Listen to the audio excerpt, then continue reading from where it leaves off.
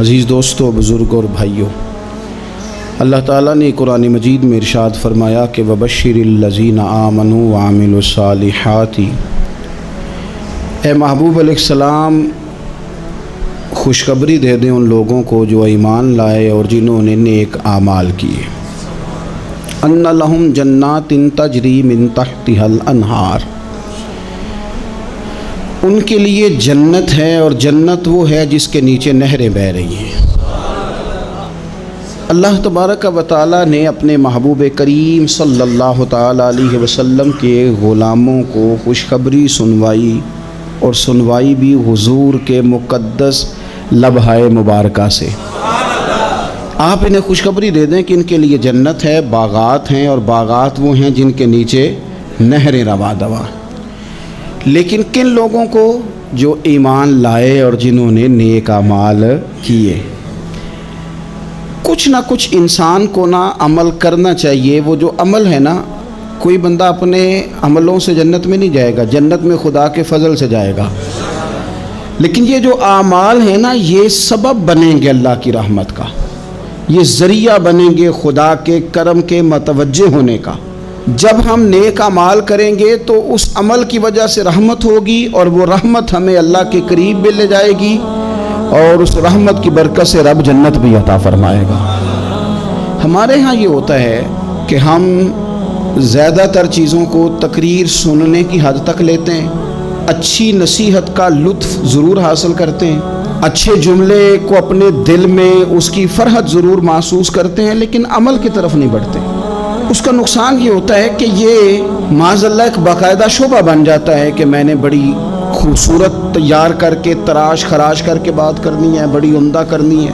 اچھے ادیب تو پیدا ہوتے ہیں، اچھے خطیب، اچھے واعظ، اچھے سننے والے، داد دینے والے تو پیدا ہوتے ہیں، لیکن اگر عمل کا شوق نہ پیدا کیا جائے تو پھر باتیں نشستن گفتن برخاستن تک رہ جاتی ہیں، اس کا لطف نہیں آتا۔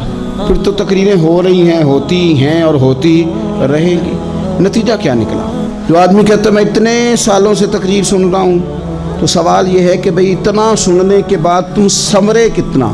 سننے کا ایک ہی مقصد زندگی میں آپ سمجھ لیں کہ سننے کا مطلب سنورنا ہے، اور اگر آپ نے خیر کی بات سنی اور آپ سنورے ہی نہیں، میں آپ کو دعوت فکر دیتا ہوں۔ نبی پاک صلی اللہ تعالیٰ علیہ وسلم نے ارشاد فرمایا، ایک عورت تھی، طوائف تھی، ساری زندگی اس کی گناہوں میں گزری معاذ اللہ۔ پھر وہ ایک کنویں کے پاس سے گزر رہی تھی، ایک پیاسا کتا اس نے وہاں پیاس سے تڑپتے سسکتے دیکھا، اور پھر اس نے اپنے جوتے کو لٹکا کر اپنے دوپٹے کی مدد سے یا جیسے اس سے ممکن ہو سکا اس نے پانی نکالا، کتے کو پلایا، اللہ نے اس کی بخشش فرما دی۔ آپ ماشاءاللہ ہزاروں میں لوگ ہیں، آپ نے بڑی جلدی مجھے یہ بتانا ہے، یہ حدیث آپ نے پہلے بھی سنی ہوئی ہے نا؟ میرا خیال ہے کوئی بندہ نہیں رہا جس نے نہ سنی ہو۔ سنی ہوئی ہے نا ہم نے الحمدللہ۔ اتنے سارے بندے جو یہاں موجود ہیں انہوں نے سنی ہوئی ہے، تو ظاہر ہے امت مسلمہ میں جتنے لوگ ہیں ڈھیر ساروں نے یہ بات سنی ہوگی۔ لیکن میرا سوال یہ ہے، میں سڑکوں پہ روڈوں پہ سفر کرتا ہوں، ہم نے یہ حدیث درجنوں بار سنی کہ طوائف نے کتے کو پانی پلایا تو اس کی بخشش ہو گئی، لیکن حال یہ ہے کہ سڑک پر کسی گاڑی سے ٹکرا کر اگر کوئی کتا مر جاتا ہے، اب مر ہی گیا ہے، گاڑی والا، موٹر سائیکل والا، پجارو والا، بس والا کوئی اتنی جرت نہیں کرتا کہ لکڑی کے ساتھ، رسی کے ساتھ ہی پکڑ کے اسے سائیڈ پہ کر دے۔ اس سڑک پہ مرا ہوا پڑا رہتا ہے، یہاں تک کہ گاڑیوں کے ٹائروں کے ساتھ اس کا گوشت لگ لگ کے سڑک صاف ہوتی ہے۔ اس محبوب کے ماننے والے، جس محبوب نے بتایا کہ طوائف نے پانی پلایا تھا، اور ہمیں سمجھ بھی آ گئی اور حدیث پڑھ بھی لی اور سن بھی لی، پھر اس ملک کی جو مسلمانوں کا ملک ہے اس کی سڑکوں پر مرے ہوئے کتوں کو اٹھائے بھی کوئی نہ، اور زخمی کتا زخمی ہو ہی گیا ہے، اب اسے سڑک سے سائیڈ پہ ہی کر دیا جائے کم از کم، تاکہ اس کی اگر جان باقی ہے تو بچ جائے۔ تو پھر مجھے بتاؤ نا میرے دوستو، ہم نے کس لیے تقریریں سنی ہیں، کس لیے خطبے سنے ہیں؟ واعظ و نصیحت کی مجالس کا مطلب ہم نے کیا سمجھا ہوا ہے؟ تقریر، تحریر، تصنیف، اچھی گفتگو، اچھا جملہ، اس کا معنی ہم کیا سمجھتے ہیں؟ تو آج جو خوبصورت گھڑیاں شب برات کی صورت میں ہمیں نصیب ہونے جا رہی ہیں، اس سے پہلے اپنے دل میں یہ ارادہ کرو کہ رب کریم نے ہمیں جتنا دین کا فہم دیا ہے، سمجھ دی ہے، علم دیا ہے، ہم ارادہ کرتے ہیں اب ہم صرف سنیں گے نہیں، پڑھیں گے نہیں، صرف بیان ہی نہیں کریں گے، ہم عمل بھی کریں گے۔ کوئی تھوڑا سا نا عمل کا رستہ بھی تو میرے عزیز ہونا چاہیے۔ اب مطلب بہت ساری جگہوں پہ جانے کا موقع ملتا ہے تو لوگ کہتے ہیں پیر صاحب ناراض نہ ہونا، ہم نے بڑا بندوبست کیا ہوا ہے، تقریر ذرا نہ سوا کو گھنٹہ کرنا۔ تو میں کہتا ہوں مثلاً آپ مجھے بتائیں نا، سوا گھنٹہ تقریر کرا کے آپ نے کیا کرنا ہے؟ اگر تو آپ نے اس لیے بلایا ہے کہ جناب ایک بات سنیں گے، ایک واز ہوگا، سر دھنیں گے، تو وہ تو مجھے آتا ہی نہیں۔ تو میں تو مختصر بات کروں گا اور اتنی کروں گا جس کی ضرورت محسوس کروں گا۔ لمبی چوڑی تقریروں کا کیا مطلب ہے؟ ہم کیا چاہتے ہیں سوائے اس کے کہ جناب بات بڑی اچھی کانوں کو لگ رہی ہے، مزہ بڑا آ رہا ہے، تو آپ نے لیا کیا؟ نتیجہ کیا نکلا؟ میرے رسول پاک علیہ السلام کے صحابہ جو حضور سے نصیحتیں لیتے تھے وہ کیسی تھی؟ حضرت عبداللہ بن بصر رضی اللہ تعالیٰ عنہ حاضر بارگاہ ہوئے، آ کے عرض کی یا رسول اللہ صلی اللہ علیہ وسلم، میں آیا ہوں سونے، پتہ نہیں دوبارہ آ سکوں کہ نہ آ سکوں، حضور پتہ نہیں موقع ملے نہ ملے، ایک بات مجھے بتا دیں، میں اس پہ عمل کروں گا، میری زندگی بھی بن جائے اور آخرت بھی بن جائے۔ تو کریم محبوب نے فرمایا عبداللہ زبان کو خشک نہ ہونے دینا، اس کو تر رکھنا۔ تر حضور کس چیز سے؟ فرمایا اللہ کے ذکر سے تر رکھنا، زبان اللہ کے ذکر سے تر رہے، ہر وقت رب کی یاد رہے، تیری دنیا بھی بن جائے گی اور آخرت بھی بن جائے گی۔ تو میرے عزیز اپنی زندگی کے اندر اب ہم نے عمل کرنا ہے۔ او جناب کمال پھر یہ ہے کہ جب واز سننے کا شوق بڑھ جاتا ہے، تقریر سننے کا شوق بڑھ جاتا ہے، سننے سنانے کا خالی مزاج ہو جاتا ہے، پھر بندہ ڈھونڈتا پھرتا ہے کہ نئی سے نئی چیز کہاں ملتی ہے، انوکھی سے انوکھی چیز کہاں ملتی ہے، انفرادی سے انفرادی بات۔ میرے بھائی آپ ضرور سنیں، ضرور سنیں، مومن کی گمشدہ میراث ہے، حکمت جہاں سے ملے لیں، لیکن عمل کرنے کے لیے لیں، عمل کرنے کے لیے۔ اب میرا دل کرتا ہے اب ہماری چپ سے بھی لوگ سبق سیکھیں۔ حضرت باجید بستامی فرمایا کرتے تھے جس نے ہماری چپ سے کچھ نہیں سیکھا اس نے ہماری تقریر سے کیا سیکھنا ہے۔ اب تھوڑا سا نا اشاروں کی بولی بھی سمجھے، اب تھوڑا سا یہ بھی ہو کہ بس بات پوری ہونے نہ پائے اور انسان کی رغبت عمل کی طرف بڑھ جائے، یہ مزاج ہمیں دیا ہے۔ اب تو بھائی آ جائیں آپ، صبح بھی تقریر کر دیں، دوپہر کو بھی تقریر کر دیں، شام کو بھی تقریر کر دیں، تو پھر یہ بھی ہوتا ہے کہ جناب وہ بیان آپ نے جو سنایا تھا نا وہ ذرا دوبارہ سنا دیں۔ تو میں کہتا ہوں پہلے سننے پر عمل ہو گیا تو نہ کریں۔ اب ہمیں تھوڑی باتیں سیکھ کر ان پر عمل کرنا ہے اور آگے بڑھنا ہے۔ بڑی سادی بات میرے ابا جی بتایا کرتے تھے، والا صاحب کہتے ہیں کہ ایک دیہاتی بندہ نہ چلا گیا وہ کسی مولوی صاحب کی تقریر سننے، تو اس زمانے میں آپ کو پتہ ہے یہ واش روم کا مروجہ نظام نہیں ہوتا تھا، تو لوگ کھیتوں میں دوسری جگہوں پہ پیشاب کے لیے جاتے تھے۔ تو مولانا نے ایک احتیاط بیان کی، وہ کہنے لگے کہ پیشاب سخت جگہ پہ نہ کرو زمین پہ بیٹھ کر، ورنہ پیشاب کے چینٹے اڑیں گے، کپڑوں پہ پڑیں گے، اور حدیث میں سخت حکم ہے اس مسئلے۔ تو کوئی نرم جگہ ہو ایسی جہاں پیشاب کریں چھینٹے نہ اڑیں۔ وہ بندہ عمل کرنے والا تھا نا، اس نے میری تقریر سن کے سر دھن کے جانا نہیں تھا، اس نے اتنی ساری ریت لے لی، کپڑے میں باندھ لی، اور وہ اس نے کندھے پہ رکھی ہوئی ہے، جہاں پیشاب کا وقت آتا پہلے ریت بچھاتا، پھر پیشاب کرتا تاکہ میرے کپڑوں پہ نہ پڑے۔ ایک صاحب نے اسے کہا کوئی ہفتے بعد چلو بیان سننے چلیں، تو کہنے لگا میں پہلے پہ عمل کر لوں یہی بڑا ہے، میں نے تو اتنی ساری ریت کندھا تھک گیا ہے میرا اس دن سے اٹھائی ہے، تو میں نہیں چاہتا کہ نہیں بھی سنوں تو کسی اور جگہ میں یہ تفریح تباہ کے لیے بات کو نہ سمجھیں۔ اس سادے آدمی نے جو ہمیں سمجھایا مجھے اور آپ کو، اس پر غور کرے کہ کل بھی سنا تھا، پرسوں بھی سنا تھا، پیر صاحب نے ترسوں بھی کہا تھا، شیخ نے پرسوں بھی کہا تھا، پچھلے ہفتے بھی کہا تھا، تو نے اگر شیخ کی بھی نہیں سنی، استاد کی بھی نہیں سنی، پیر کی بھی نہیں سنی، اور اس دور کے پیر جو صحیح کام کرنے والے ہیں، استاد جو صحیح کام کرنے مجبور ہو گئے ہیں بیچارے، کہتے ہیں کس کی تربیت کریں، کس درد سے کہا تھا حضرت سلطان باؤ نے، وہ کہتے ہیں اور رب دا طالب کوئی بھی نہیں ملیا، تے جو ملے ہے طالب زردہ، یہ تو آئے ہیں کاروبار سیدھا کرنے، فوٹو کھچوانے، فلاں کام کے لیے، یہ تو وہ جو ہم دینا چاہتے ہیں اس کا تو مزاج ہی نہیں۔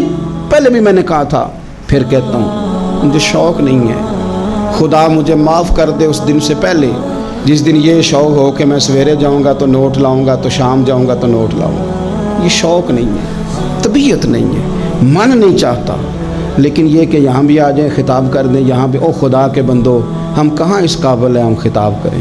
ہم نے تو نا جی ایک اذان دینی شروع کی ہوئی، صبح و شام ایک اذان پڑھتے ہیں، ہے یہ پیغام حضرت احمد رضا کہ بارگاہ نبی کے رہو با وفا۔ ہم تو کہتے ہیں ادھر آ جاؤ، ٹھوکریں کھاتے پھرو گے ان کے در پہ آ پڑو، قافلہ تو اے رضا اول گیا آخر گیا۔ ہم تو کہتے ہیں ادھر آؤ اللہ رسول کی بارگاہ کی طرف رجوع کرو، اور وہ ایک جملے پہ اگر تو عمل ہو گیا۔ پیار سے باتیں کرتا رہتا ہوں، سب کے ساتھ نہیں کرتا، جس کا مجھے پتا ہو کہ یہ تھوڑا سہ لے گا۔ ایک دوست نے مجھے کہا کہ میں تو آتا ہوں تو مجھے علاقے کے لوگ کہتے ہیں ان کو بلاؤ، تو میں کہتا ہوں پورا عمل کرنا میری غلط ہے، تو پھر میں باقیوں کو بھی لگا جاؤں گا، تو اگر تیرا ہی عمل نہیں ہو سکا تو باقیوں کو میں نے جا کے کیا سمجھانا ہے؟ تو ایک تو آج کی جو رات ہے اس سے پہلے اپنے اعمال کی طرف میں اکثر کہتا رہتا ہوں کہ شب برات پہ ہر مسجد سے زور زور سے رونے کی آواز آنی بھی چاہیے۔ شب قدر پہ آتی ہے، عمرے پہ جاتے وقت لوگ معافیاں مانگتے ہیں، حج پہ جاتے وقت، اور کروڑوں لوگ یہ کام کرتے ہیں سال میں۔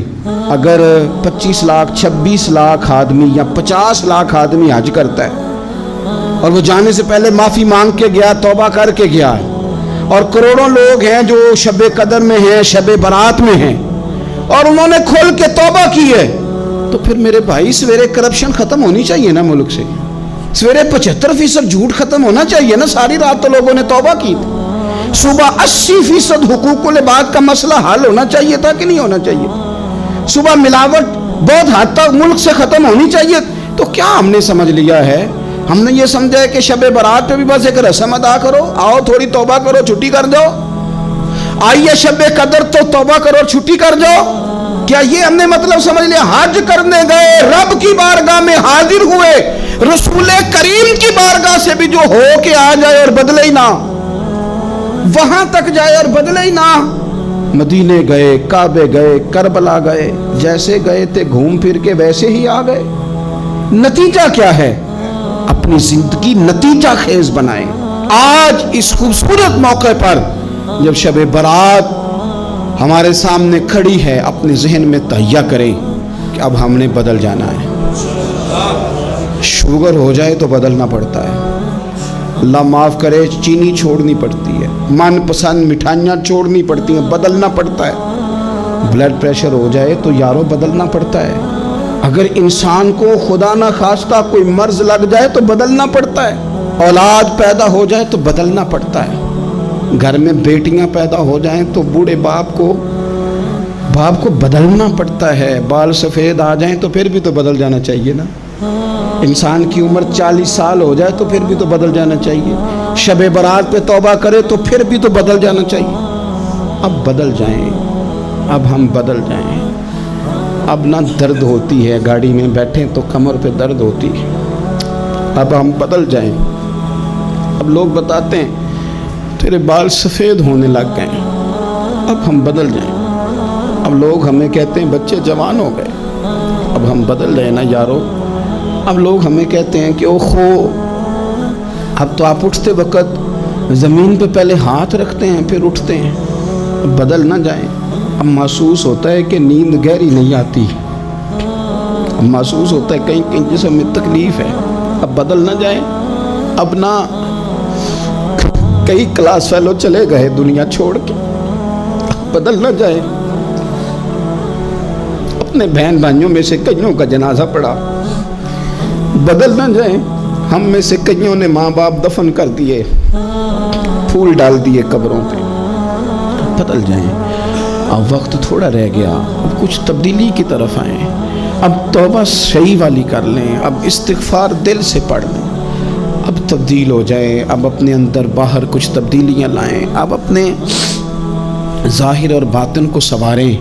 اب اللہ رسول کی بارگاہ میں جانا ہے نا تو کہیں ایسا نہ ہو شرم آئے حضور کے سامنے کھڑے ہوتے، حیا آئے نبی کریم کی بارگاہ میں کھڑے ہوتے۔ اب کچھ تبدیلی لائیں، آج ارادہ کریں کہ آج جو توبہ کریں گے وہ صحیح والی کریں گے، آج جو وہاں استغفار کریں گے اللہ کے حضور حاضر ہو کے تو وہ صحیح والا کریں گے۔ اب کچھ تبدیلی کا مزاج لائیں۔ اور پھر ایک اور بات بھی عرض کروں، ہمارے ذاتی تعلقات سارے دھوکہ ہیں، ہماری جیبوں میں مال سارا دھوکہ ہے، ہمارے بلند و باغ دعوے سارے دھوکہ ہیں، ہمارے بڑے بڑے رتبے سارے دھوکہ ہیں۔ بڑے تعلقات تھے بیٹے کے، پر ماں بیمار تھی تو اسے صحت تو نہیں تعلقات کی وجہ سے مل سکی۔ بڑے تعلقات تھے نا بیٹے کے، لیکن جب بیماری زور پکڑ گئی تو پھر کیا کر سکا کوئی؟ بڑے تعلقات تھے، بڑا پیسہ تھا جیب میں، بڑا کچھ تھا، لیکن جب جناب اسرائیل آئے تو پھر کوئی کچھ بھی نہ کر سکا، پھر اپنے رہ گئے، اور جس کو جانا تھا وہ سب چلے گئے۔ تو یہ جتنی چیزیں ہیں نا، یہ کچھ نہیں ہیں، یہ دھوکہ ہے۔ سچ صرف اللہ رسول کی ذات ہے، حقیقت صرف دین ہے، اصل صرف وہ بارگاہیں ہیں۔ دھوکے میں نہ زندہ رہو، چھوڑ دو یہ بات کرنی کہ بڑے تعلقات ہیں، چھوڑ دو یہ بات کرنی کہ بڑا پیسہ ہے، چھوڑ دو یہ بات کرنی کہ برادری قبیلے علاقے میں بڑا، اور کچھ بھی نہیں ہے۔ کل من علیہ فان، ہوئے نامور بے نشاں کیسے کیسے، دیکھو زمین کھا گئی، نوجوان کیسے کیسے۔ میں مولانا نورانی کی قبر پہ کھڑا تھا تو میں کہہ رہا تھا مقدور ہو تو خاک سے پوچھوں کہ اے لئیم تو نے وہ گنج ہائے گرا مایا کیا کیے؟ اتنے بڑے لوگ تو لے گئی، اتنے بڑے لوگ، اتنے بڑے لوگ قبروں میں کدھر گئے؟ سلطان محمود غزنوی کہاں ہیں؟ شہاب الدین غوری کہاں ہیں؟ وہ لوگ جو میدانوں میں آ کے صرف ان کا نام لیا جاتا تھا تو دنیا کانپ جاتی تھی، وہ کہاں گئے؟ اٹھ گئے سب لوگ، چلے گئے، ختم ہو گیا معاملہ۔ وقت اب ہماری طرف بڑھ رہا ہے، اب تیزی ہے، اب پیغام اجل آیا، کئی ہمارے ارد گرد سے اٹھا کے لے گیا، اب ہمیں بھی تو واپس لوٹنا ہے نا، تو کچھ تیاری کر لیں، کچھ ارادہ کر لیں، اور بارگاہ رب رسول کی اس طرح کی ہے کہ بس جانے کی دیر ہے، بس صرف جانے کی دیر ہے، صرف جانے کی۔ اور اللہ رسول کی بارگاہ دوستو وہ والی ہے کہ جہاں نا زیادہ منت بھی نہیں کرنی پڑتی۔ وہ جو 4-5 لوگ تھے نا مکہ مکرمہ میں، انہوں نے بہت ہی اسلام کی مخالفت کی حد کر دی تھی، ان کے لیے حکم ہوا تھا جہاں ملے قتل کر دو۔ اکرمہ تھے، ابن قتل تھے، کچھ اور لوگ تھے، تو پتہ ہے ان کو کسی نے مشورہ کیا دیا تھا؟ کسی کافر نے مشورہ دیا، پر پتہ صلاح کیا دی تھی؟ اس نے کہا تھا تم نے بڑی زیادتیاں کی ہیں، بڑے بے ادب ہو، کسی صحابی کے قابو نہ آنا، مار دیے جاؤ گے، اپنی خطاؤں کے سبب سے تم مار دیے جاؤ گے، لیکن اگر کسی طریقے چھپتے چھپاتے رسول پاک کی بارگاہ میں پہنچ جاؤ نا، اگر وہاں کسی طریقے چلے جاؤ۔ انہوں نے پوچھا معافی کیسے مانگیں گے، منہ کیسے دکھائیں گے، ہم نے اتنے ظلم کیے، اتنی زیادتیاں کی، کیسے معافی مانگیں گے؟ تو کہنے والے نے کہا کہ نہیں کچھ نہیں، تم بس کہہ دینا ہم آ گئے، اس سے زیادہ تو بات ہی کوئی نہیں، اتنا ہی تو صرف کہنا ہے، آ گئے، اور نہ آتے تو جاتے بھی کہتے، بس تم اتنا کہہ دینا ان العبد اذا اعترف ثم تاب تاب اللہ علیہ۔ نبی کریم علیہ السلام نے فرمایا بندہ جب آ کے کہتا ہے نا یا اللہ میں بھول گیا تھا، غلطی ہو گئی، ان العبد اذا اعترف، مان جو گیا ہوں، مان جو گیا، غلطی ہو گئی، جب کہتا ہے نا میں بھول گیا، ثم تاب، پھر وہ توبہ کرتا، تاب اللہ علیہ، اللہ دیر کرتا ہی نہیں، فوراً توبہ کو قبول فرما لیتا۔ ہمارے ہاں نا کچھ لوگ تو تباً سخت ہیں، اللہ معاف فرمائے، اور کچھ رد عمل کے طور پر سخت ہو گئے، کچھ باتیں دلوں میں بیٹھ گئی ہیں جنہوں نے طبیعتوں کو سخت کر دیا ہے۔ کبھی کہیں آپ بہو سے کہ چلو بوڑھی ساس سے اگر کبھی کو بات سخت نکل گئی ہے تو معاف کر دے، وہ تیار نہیں ہوتی، وہ کہتی ہے تمہیں پتہ نہیں میرے ساتھ کیا کچھ ہوا۔ کبھی ساس سے کہا جائے نا چلو بھول گئی تھی بچی تو آپ درگزر کر دیں، تو کہتے تمہیں پتہ نہیں میرے اندر سختی کتنی آ گئی ہے، دکھ کتنے بیٹھ گئے۔ ہم نا طبیعتوں میں سختی کر بیٹھے، ہمارے دل دھڑکتے ضرور ہیں لیکن صرف اپنے بچوں کے لیے، ہمارے سینوں میں درد اٹھتا ضرور ہے لیکن صرف اپنوں کے لیے۔ ہم نے نا 2 4 5 6 باتیں جمع کر کے ان پر پورا ذہن بنا کے سخت ہو گئے ہیں، طبیعتیں سخت ہیں، دل سخت ہیں۔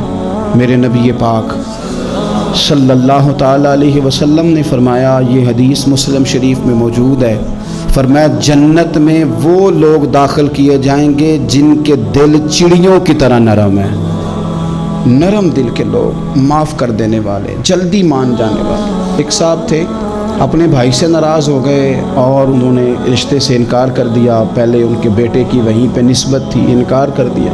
تو کئی لوگوں نے ان سے کہا, میں نے بھی کہا, تو وہ کہنے لگے پیر صاحب عزت بڑی کرتا ہوں آپ کی, لیکن میں مرد ہوں, ایک دفعہ نہ کر دوں تو پھر ہاں نہیں کیا کرتا. تو میں نے اس صاحب سے کہا, میں نے کہا یوں نہ کر, اگر صبح قیامت تیرے بارے میں کوئی سخت فیصلہ آ جائے اور رب کو منانا ہو کسی مقام پر تو کیا کہے گا؟ بہانے بنا بنا کے ہم سخت ہو گئے, دل اتنے سخت پتھر کر لیے, میں فلاں ہوتا ہوں جی, میں نہیں دوبارہ کسی کی سنتا. اور خدا کے بندو, میرے نبی پاک علیہ السلام نے فرمایا مومن تو اس طرح ہوتا ہے جس طرح اونٹ کے ناک میں نکیل ہوتی ہے, بٹھا دو تو بیٹھ گیا, اٹھ جاؤ تو اٹھ گیا. اور حضور نے فرمایا وہ لوگ جو بہت بد اخلاق ہیں, جھگڑالو ہیں, فسادی ہیں, سخت دل ہیں, وہ لوگ جنت میں نہیں جائیں گے. جو جھگڑے کرتے پھرتے ہیں جھگڑالو لوگ ہیں. عزیز دوستو, اپنی زندگی کے اندر طبیعت میں نرمی, اگر طبیعت نرم ہو گئی نا جی, مزاج میں نرمی آ گئی, تو پھر آپ محسوس کریں گے کہ آپ معاف کرتے بھی جلدی ہیں اور معافی دیتے بھی جلدی ہیں. پھر آپ کے تعلقات بچیں گے, آپ کی نسبتیں بچیں گی, آپ کے بہت سارے رشتوں میں قربت آئے گی, ٹوٹیں گے نہیں. ایک تو دل نرم کریں, کسی شخص کے بارے میں دل میں کوئی بات ہے تو اسے معاف کریں اور معافی دیں. کچھ لوگ بالکل ٹھیک ٹھاک ہوتے ہیں, کوئی ناراضگی نہیں ہوتی, لیکن آپ نے بچی کی شادی کا کارڈ دیا نہیں تو فوراً ناراض ہو جاتے ہیں. اور پھر آپ سمجھا رہے ہیں, قائل کر رہے ہیں, وہ تیار ہی نہیں ہے قائل ہونے کو. سنو, اور اس حدیث کو یاد رکھنا, نبی پاک صلی اللہ تعالیٰ علیہ وسلم نے فرمایا جس کے پاس اس کا بھائی عذر لایا, بھائی معافی مانگنے آیا اور پھر اس نے معاف نہ کیا, اللہ کے حبیب فرماتے میرے حوض کوثر پہ نہ آئے. تو سخت ہو کے بیٹھ گیا ہے, تو کہتا ہے میرے سے پہلے سنے, میں آپ کو بتاؤں اس نے میرے ساتھ کیا کیا. اور ٹھہر جا, اگر حساب کتاب کے بعد معافی والا اصول رکھ لیا جائے کہ پہلے حساب کتاب ہوگا, غلطیوں کا مداوع ہوگا, پھر معافی ہوگی, تو یہی حساب اگر رب کریم بندوں کے ساتھ کرے تو پھر میں اور آپ کدھر جائیں گے. تو اس سادی بات پہ آ جاؤ نا, تو 2 جملوں میں حضور نے سمجھائی ہے. فرمایا تم رب کے بندوں کو معاف کر دو, اللہ تمہیں معاف کر دے گا.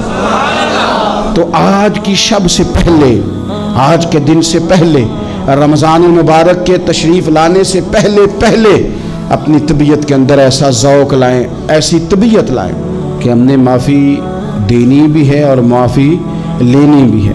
بعض اوقات ہم رسم ادا کرتے ہیں شب برات سے پہلے, یہ سوشل میڈیا پہ چل گیا, فلانے کو فلان کہہ دیا, اگر کوئی کبھی ہوئی نا تو معاف. ایسے تو نہیں نا معافیاں ہوتی. ہمیں پتہ ہوتا ہے ہم سے کون ناراض ہے, ہمیں خبر ہوتی ہے ہم نے کس کو تکلیف دی, ہمیں پتہ ہوتا ہے کس نے ہمارے لہجوں سے پریشانی پائی ہے, کون ہے جو ہماری وجہ سے اذیت کا شکار ہے, تو اس سے جا کے معافی مانگے. تو یہ چیزیں معافی کا سبب بن جائیں گی. اور پھر میرے نبی پاک صلی اللہ علیہ وسلم نے 2-4 چیزیں اور بھی بیان کی ہیں, میرا دل کرتا ہے کہ وہ بھی ذرا آپ کو عرض کر دوں. حضور سید عالم علیہ السلام نے نا جنت میں لے جانے والے جب اعمال بیان کیے تو حضور علیہ السلام نے فرمایا کہ ایک تو زکوٰۃ صحیح ادا کرنا, شرک سے بچنا, توحید پہ قائم رہنا, اور زکوٰۃ ٹھیک ادا کرنا, اور اپنے رشتہ داروں سے اچھا سلوک کرنا, جنت میں داخل ہو جاؤ گے. یہ جو ہمارے زیادہ قریبی لوگ ہوتے ہیں نا, ان کا حق بھی شریعت نے زیادہ رکھا ہے, اور یہ بعضوں کا تکلیف بھی زیادہ دیتے ہیں. لیکن میرے عزیز ایک بات سمجھ لیں اچھی طرح سے اور اپنے دل میں بٹھا لیں, میں نے درجنوں بار کہی ہے, پھر کہتا ہوں, اللہ تعالیٰ نے جو خاندان میرے لیے پسند کیا ہے نا, مالک نے مجھے وہاں پیدا کیا ہے. تو جو چچا اللہ نے میرے لیے پسند کیا وہ مجھے بھی پسند ہونا چاہیے, اور جو ماموں اللہ نے میرے لیے پسند کیا ہے وہ مجھے بھی پسند ہونا چاہیے. انسانوں کے اندر کمزوریاں بھی ہوتی ہیں, خوبیاں بھی ہوتی ہیں, لیکن ہمارا یہ مسئلہ بن جاتا ہے کہ ہم نہ صرف کمزوریوں کو ڈسکس کرتے ہیں, خوبیوں کا تذکرہ کرتے ہی نہیں. اپنے مزاج کے اندر اس بات کو آپ نے پیدا کرنا ہے. آج ایک اور ارادہ بھی کریں, ایک اور اپنے ذہن کے اندر بات بھی زیادہ شوق کے ساتھ پیدا کریں. آپ یہ کوشش کریں کہ اپنی صلاحیتوں کو دیکھیں کہ آپ میں کیا خوبی ہے, بولنے کی ہے, لکھنے کی ہے, مال خرچ کرنے کی ہے, کسی کو پیغام دینے کی ہے, مسجد نبوی شریف میں ایک بی بی صرف جھاڑو خالی دیتی تھی، بیمار ہو گئی تو سرکار تیمارداری کرنے گئے اور صحابہ نے حضور کو اطلاع دیے بغیر تدفین کر دی، جنازہ پڑھا دیا، تو حضور نے قبر پہ کھڑے ہو کے دوبارہ جنازہ پڑھایا۔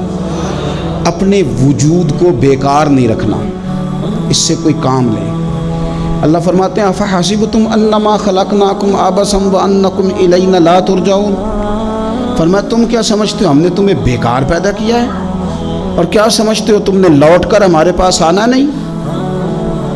ایک ذرہ بھی تو بیکار نہیں ہو سکتا، لہذا میں کسی شخص سے بیزار نہیں ہو سکتا۔ اپنی اس صلاحیت کو ضائع نہ کریں۔ ہم نہ بہت سارا وقت ضائع کر رہے ہیں، ادھر ادھر موبائل کھول لیا، دیر تک فلانی چیز دیکھی، پھر فلانی دیکھی، پھر فلانی بحث کی۔ تو اپنے آپ سے نہ کچھ کام لیں، کچھ خدمات کریں۔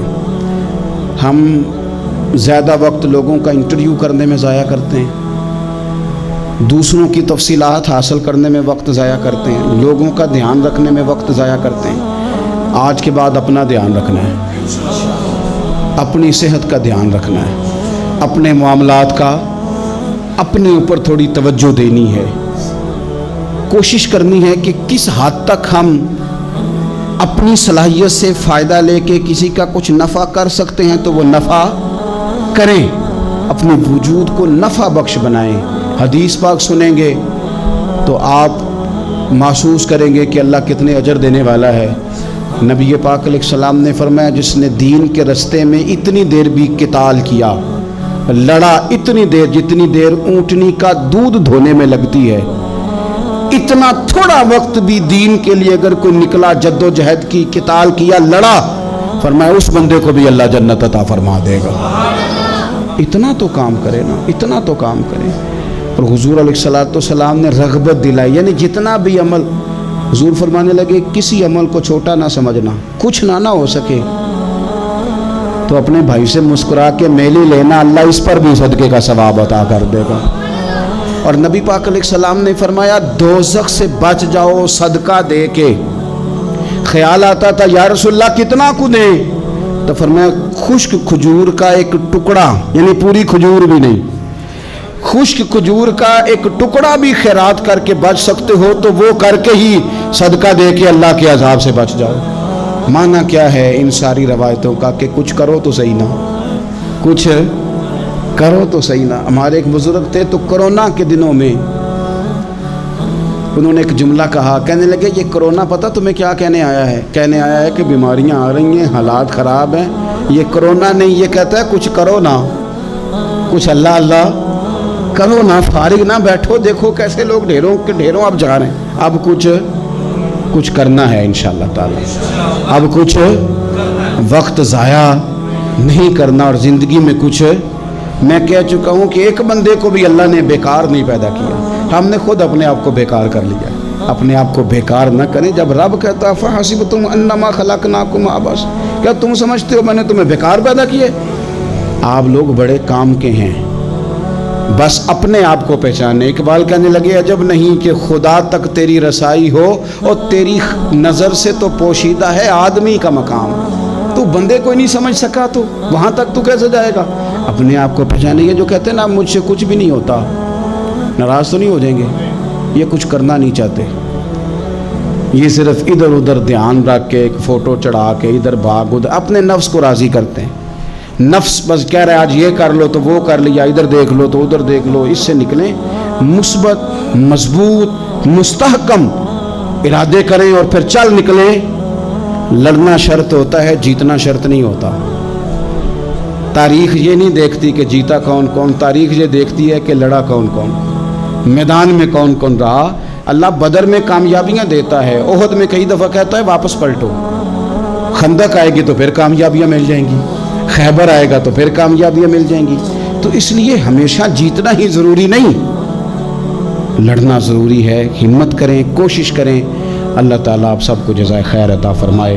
آخر دعوانا ان الحمد للہ رب العالمین۔